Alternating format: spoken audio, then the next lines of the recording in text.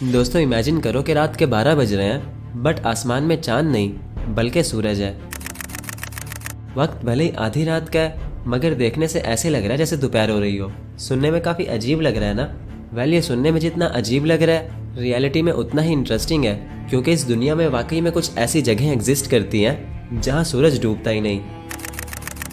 जी हाँ, इन कंट्रीज़ में कई महीनों तक परमानेंट डे रहता है और कई महीनों तक परमानेंट नाइट, यानी कुछ महीने यहाँ सिर्फ दिन होता है और कुछ महीने सिर्फ रात।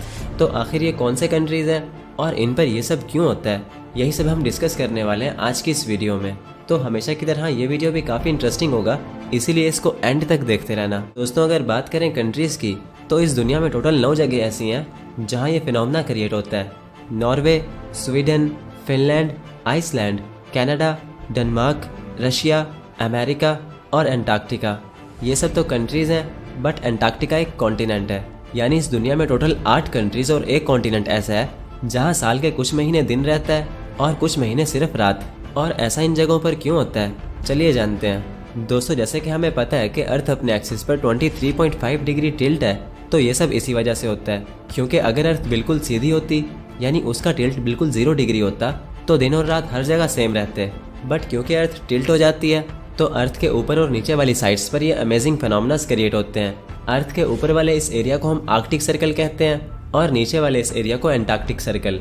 आर्कटिक सर्कल में 8 कंट्रीज का एरिया आता है बट एंटार्क्टिक सर्कल में सिर्फ एंटार्क्टिका आता है। तो अब सवाल ये आता है कि आर्कटिक और एंटार्क्टिक सर्कल में ऐसा क्या होता है जिसके चलते यहाँ ये फिनोमेनास क्रिएट होते हैं।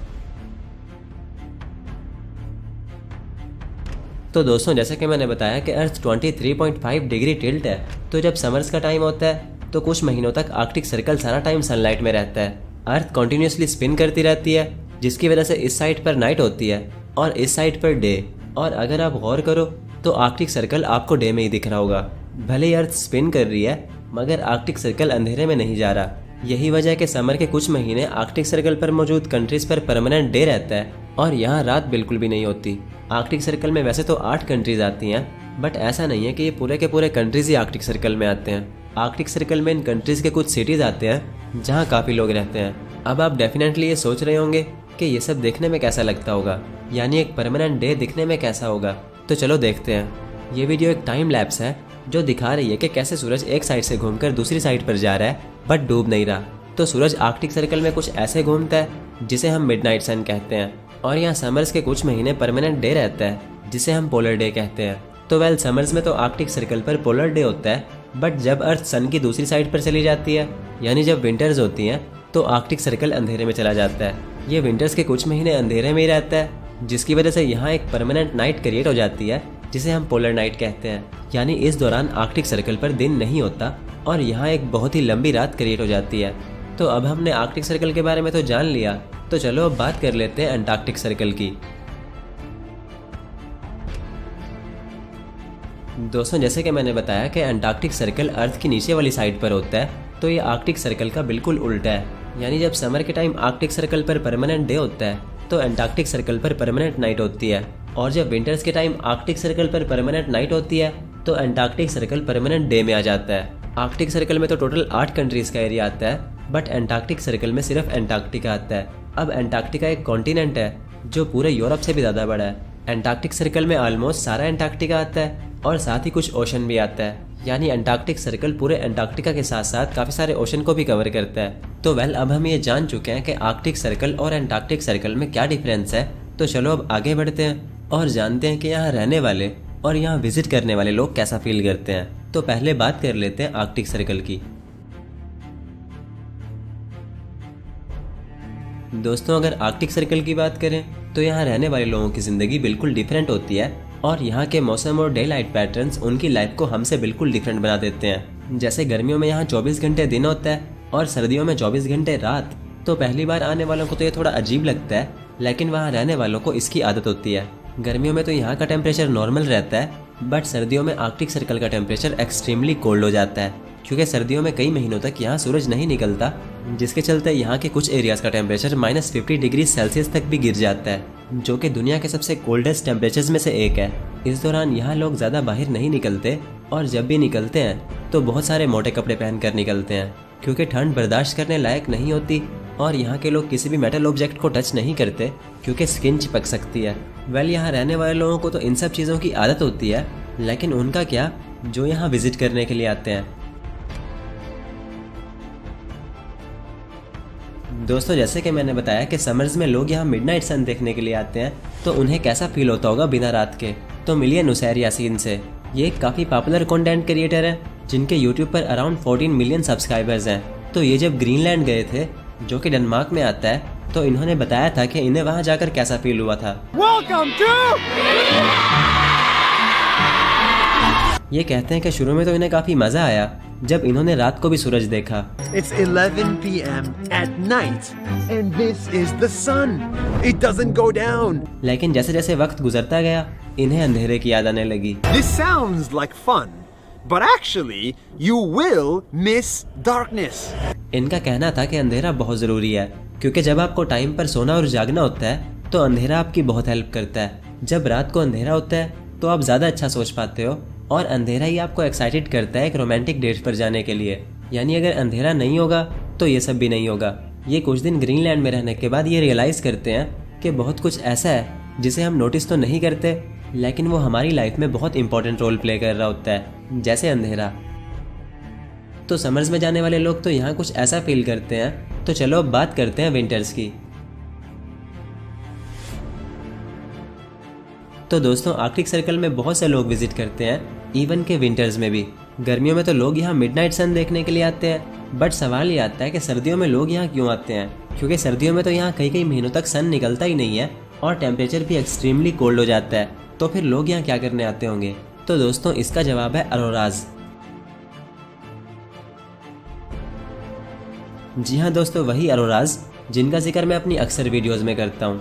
जब सन से आने वाली खतरनाक सोलर विंड्स अर्थ की मैग्नेटिक फील्ड से टकराती हैं, तो अर्थ के नॉर्थ पोल और साउथ पोल पर ये ब्यूटीफुल अरोराज क्रिएट होती हैं, जहां आर्कटिक सर्कल और एंटार्क्टिक सर्कल आते हैं। आर्कटिक सर्कल के अरोराज को नॉर्दर्न लाइट्स कहते हैं और एंटार्क्टिक सर्कल के अरोराज को साउदर्न लाइट्स कहा जाता है। तो आर्कटिक सर्कल पर भी ये ब्यूटीफुल लाइट्स क्रिएट होती हैं, इसीलिए लोग विंटर्स में भी इन्हें देखने के लिए जाते हैं। बट विंटर्स में ही क्यों? क्या समर्स में ये नहीं दिखती? तो इसका जवाब है कि समर्स में ये दिख सकती हैं, बट शायद इतनी क्लियर ना दिखें, क्योंकि समर्स में आर्कटिक सर्कल पर हर टाइम रोशनी रहती है, इसलिए इन लाइट्स को देख पाना ऑलमोस्ट इम्पॉसिबल होता है। तो जब विंटर्स में आर्कटिक सर्कल पर परमानेंट नाइट हो जाती है, तो आसमान में ये लाइट्स क्लियरली विजिबल होती हैं। यही ब्यूटीफुल लाइट्स टूरिस्ट को अट्रैक्ट करती हैं, और इतनी जानलेवा सर्दी में भी लोग इन्हें देखने के लिए आते हैं। अब यह है स्वीडन, नॉर्दर्न लाइट्स को एंजॉय करने की one of the most popular जगह।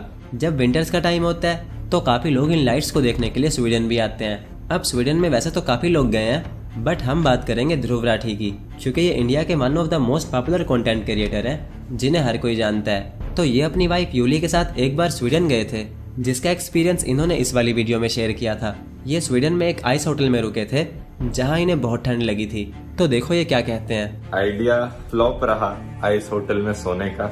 हमसे तो नहीं सोया गया। करीब 1-2 घंटे तक हमने बिस्तर पर सोने की कोशिश करी स्लीपिंग बैग्स में, लेकिन जैसे ही कुछ थोड़ा सा पार्ट बाहर निकलता, हाथ बाहर निकलता, मुंह बाहर निकलता, इतनी ठंड लगती कि पूरी नींद खुल जाती। तो रात को करीब 1-2 बजे 3-4 बार नींद खुलने के बाद हमने डिसाइड किया बस बहुत हो गया, हम इस गर्म बाथरूम में आकर नीचे बिस्तर डालकर सो जाते हैं। ऐसा इमेजिन नहीं किया था। और अपने ब्लॉग के एंड में इन्होंने नॉर्दर्न लाइट्स भी दिखाई थी, जो कि कुछ ऐसी दिख रही थी। They're literally dancing. Actually stars भी दिखने लग रहे हैं, लेकिन कैमरा कैप्चर नहीं कर पाएगा इतना। बाकी आप चाहो तो इनका ब्लॉग पूरा देख सकते हो, उसमें इन्होंने सब कुछ शेयर किया है। तो आई होप अब आप समझ ही गए होंगे कि आर्कटिक सर्कल में जाने के बाद लोग कैसा फील करते हैं, समर्स में भी और विंटर्स में भी। तो चलो आगे चलते हैं और बात करते हैं अंटार्कटिक सर्कल की। तो दोस्तों, जैसे कि हम जानते हैं कि अंटार्कटिक सर्कल में सिर्फ अंटार्कटिका आता है, तो आपको क्या लगता है, क्या इस बर्फ के रेगिस्तान में कोई रहता होगा? तो इसका जवाब है नहीं, अंटार्कटिका में कोई नहीं रहता। यहाँ सिर्फ साइंटिस्ट रहते हैं, वो भी सिर्फ रिसर्च करने के लिए। गर्मियों में यहाँ लगभग 5000 साइंटिस्ट रहते हैं और सर्दियों में सिर्फ 1000। यानी यहाँ परमानेंट कोई नहीं रहता, और उसकी वजह है यहाँ की जानलेवा सर्दी।